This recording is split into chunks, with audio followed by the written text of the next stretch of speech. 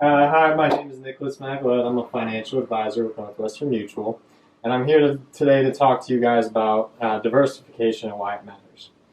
So, diversifying within your portfolio means that having many different types of asset classes. Now, there's 13 types of asset classes here. You have real estate, international emerging markets, U.S. small cap, international developed markets, U.S. mid cap, diversified portfolio, a U.S. large cap, commodities, fixed income, and cash alternatives. Now, throughout the years, all of these different asset classes do different things according to what the market's doing. If the market's up, real estate and emerging markets, small businesses, they're all going to be doing really well, and you'll see a lot of growth within them. But you have times like 2008 where the market goes down and you see huge drops. So 2008. The best earner was at 5.2%, and it was fixed income.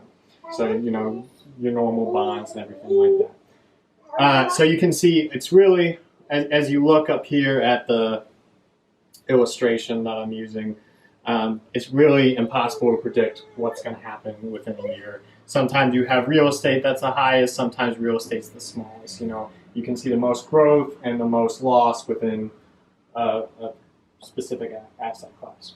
So a good way to hedge your bets is to invest in all of the different ones by having a diversified portfolio. So you can see if you have a diversified portfolio here, you're kind of staying towards the middle and seeing a general return of anywhere between 10%, 8%, not as high. You're not going to get up as high as 78% in 2009, but you'll see a lot of steady growth. So it's important that as we look towards retirement, and you want to see your money grow, that you don't put all your eggs in one basket, for instance. So the best thing that you can do is to diversify. Okay, so now that we've talked about kind of what diversification is in the different asset classes, you can really see that no matter where you are within the stock market, there's a lot of fluctuation. There's a lot of you're on a roller coaster. It goes up, it goes down. There's not really any prediction within that. So as you're planning for retirement, it's good to have a set base of some money that's not tied to the stock market. Now this can be done in a couple different ways that we'll get to here in a little bit. But I just want to show you in this next illustration. It's called Why Down Markets Matter, and it just shows between what's the years here, 1977 and 1996, which was 20 best years of the stock market in recent memory. There was 2 down years, and within those 2 down years, if you were taking just your minimum distributions that you needed to live off of out, during those 2 down years, you can see that there's a difference between 1.4 million and 2.8 million within your accounts portfolio. So what that looks like, let's scroll down here.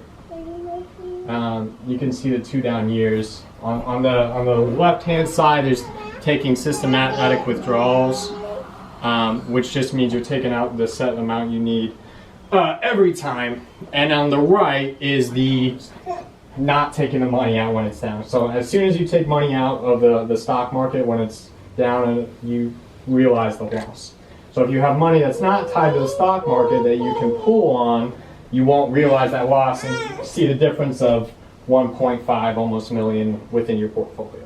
And this is only taking 2 years. So if we can take those 2 years out, you can see how having some other money really impacts your ability at retirement to live and to grow your money. So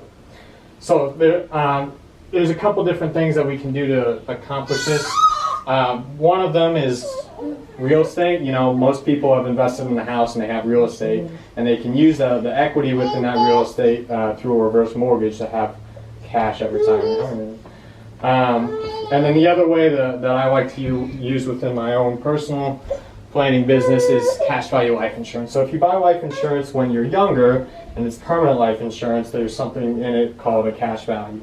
Now that grows kind of like a Roth IRA that grows tax-free, and you can take the money out tax-free.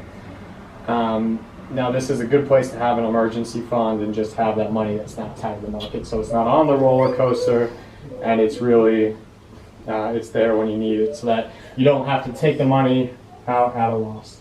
In summary, we talked about diversification, the different asset classes, why you should have money on the stock market, the roller coaster that is, and why you should have some safe money. So thank you so much for being here, and have a great day.